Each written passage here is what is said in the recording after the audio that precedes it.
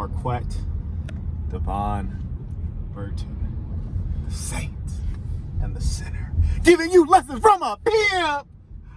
Oh shit, I enjoyed that too much anyways.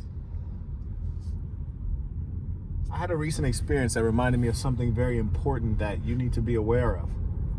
If you've seen the movie Goodfellas, you may have heard this line that your enemies come with smiles. I was just with Bridget and she was buying a new car, or actually leasing a car, and the leasing agent was so friendly. The salesman was so friendly. The finance guy was so friendly. I thought, hey, these are our friends. These guys are so nice.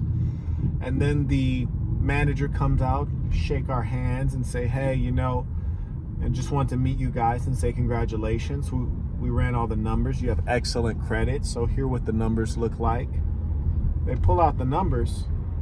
This shit didn't add up. I told them, gee, I need a refund on all my college education because I must be a dumb motherfucker regardless of having went to great schools. I went in stupid and came out stupid apparently because these numbers are ridiculous. So I said the following. I said, hey, I'm having trouble understanding these numbers. And I know this is more your job than my job, so forgive me for my ignorance.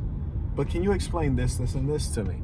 So he explains it one time. And I can tell that we're being jerked around. So I asked him to explain it again a second time. He explains it a second time. And I say, okay. Now, mind you, they've already sat down and been all chummy with us, right? So when we first showed up at the car lot, we get out of my car, and then they say, oh, I'm sorry, we only have some of the base models in certain cars. We don't have the luxury ones.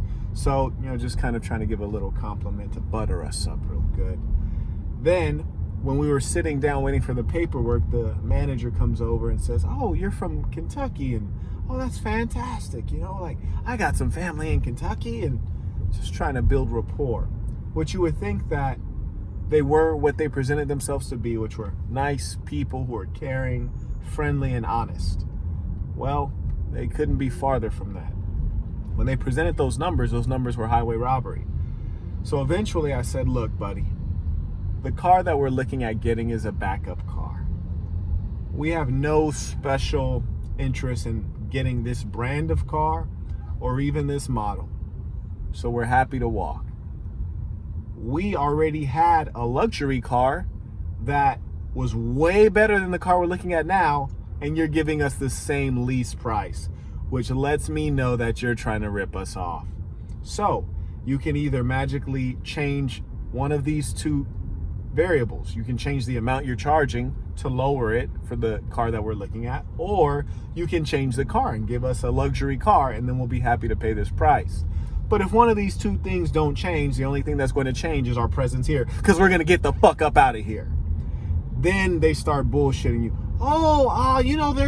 We get these vouchers. We can apply 5 vouchers of discounts to, different people as we see fit. And you guys have excellent credit. So, I think we can help you out. Give me some time to, run some checks on some things and see what we can do for you. So they get up, leave, do some nonsense, come back. And, it turns out we can knock some off of this. We can discount that. We can do this. And, how's this number look? Well, the second number looked a lot better. It's $100 cheaper per month, which mathematically is damn near 20 to 30% discount out of thin air, which means you could have did that the first time, but you were trying to cheat us. And the worst thing about it, they start making all of these excuses and adding on all kinds of nonsense, which I say that to say, number one, your enemies come with smiles. They come pretending to be friends. They come trying to get your guard down, and you should be very cautious of these people. You don't have to be mean, but you have to be cautious of them. By the time it was clear that we weren't going for the okie doke, I was perplexed that they could even make eye contact with me after having tried to cheat me outrightly. They tried to cheat me in a very clear way, and I had exposed them, and they were still making eye contact with me like it was all good. Now I asked myself on the streets, if somebody tried to take 20 to 30% of my money and give me nothing for it, well, we'd have to throw some hands. I'd be pretty goddamn mad. But they smile and cheat you to your face and act like it's all good. That was situation number one. Situation number two, we went on another car shopping experience to buy an antique Rolls Royce. Now you can imagine antique cars of any stripe are very rare. If we're talking about Rolls Royce, they're even more rare and maybe expensive. So we had two different interesting situations. The first one, we go check out a lot of rare cars, gorgeous vehicles, and the guy tells us, hey, there's a lot of people looking at this particular Rolls Royce. These are rare. You're going to want to get this one. I just had 2 inquiries on this car today, so you're going to want to get it. We test drive the car. It drives beautifully. I look into the face of the Spirit of Ecstasy, and I think this is a fine automobile. But there are 2 other ones that are also very fine, also very rare birds.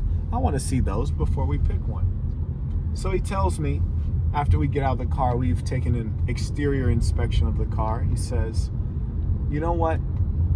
I can knock a little bit off of the top line price for you to, help things out, because, I know it's expensive. And I'm thinking, buddy, do I look like a goddamn fool to you? You're telling me you have 2 other inquiries, which means it's a competitive market, but you're going to give me a discount even though I didn't even ask for a discount? Well, why? One, when you're dealing with luxury items like Rolls Royce, they're going to inflate the price, the sticker price, right? Because of the brand name. They're going to inflate the sticker price straight away just because it's Rolls Royce. And you might be able to just pay whatever. You don't really care, right? And then number 2, they're going to inflate the sticker price because in the car business, you're always going to negotiate prices, especially if you're not talking about a new car. Because, right, like the new Stingray that comes out, there's a standard MSRP. There's not a lot of art involved in pricing the vehicle. Conversely, you're talking about an antique Rolls Royce. There are very few of them. So the few people who have them get to control the market on what the pricing is going to be. And also with an antique car, there's restoration that occurs for the leather and the woodwork and the different luxury items that are going to be restored to work. So, there's things you can do to play with the price. But I was just thinking, wow, that's crazy, bro. Like, you would look me in my eye and lie to me and tell me that 2 other people inquired about this very Rolls Royce, which is very rare. Some people don't even know it exists. They never even heard of this model. I don't think so. I don't think 2 people inquired today, and I don't think you're going to offer me a discount that you can't give me without making a good profit. So I thought that was ridiculous. Further, I didn't even ask for a discount. So whatever discount you offered, you can discount me twice as much. Huh? Then the third liar that I encountered today, and I want to point this out to you because so often we encounter people who are nice and you're being fooled. They're only being nice to get something out of you. I'm not saying be rude and unpleasant, but I'm saying take a sharp eye to people. Try to see what their true intentions are, and also know that you can't be nice. You get no benefit from being nice out here. You got to play hardball, especially if people are not a part of the assassin. You got to treat them like a stranger because they are strangers. You don't know what they believe in. So the third guy, we're looking at another. Now, as I said, these are very rare Rolls Royce. So you got to fly to different places where they are to get them. So there's another car out of state. We call up the guy. I, did something clever. We have Bridget call, make an inquiry on the car. I had already asked about it previously, right? And the guy said, okay, well, where are you? Where would you want the car shipped to? I said, ship it to Las Vegas. He's like, okay, yeah, for sure. I said, okay, so I'll eventually come out, take a look at it, and if everything makes sense, we'll get it shipped to Las Vegas. One conversation I have with the guy. Bridget calls, and we're using her call to drive down the price, right? To see what we can negotiate him down to. So she says, hey, I'm looking at this Rolls Royce that you have. There's some other ones that I'm considering, but, I only have this amount to spend on it, and I want to get this for my husband. So, can we get to this number? How can we do that? And so she's basically hardball negotiating, putting out very low figures. Figures that are very low, but still reasonable, not insane. So eventually, the guy says, you know what, I want to respectfully decline your offers because we already have another person that's very interested in Las Vegas, so this offer is no good for us. Now, first off, you don't have another person that's very interested in Las Vegas because we're a part of the same team, little buddy. And number 2, if someone calls you, that doesn't show that they're very interested. In the business world, if they didn't put down a deposit, they didn't put any cash down, no skin in the game, then you have nothing.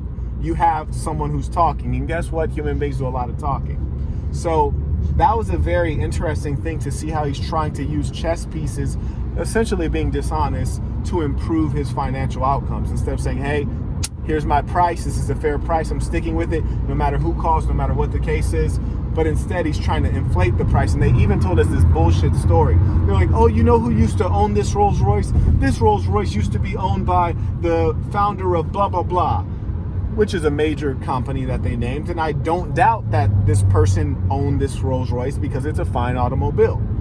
But I'm not going to drive the history of the car. I'm going to drive the car, not the history.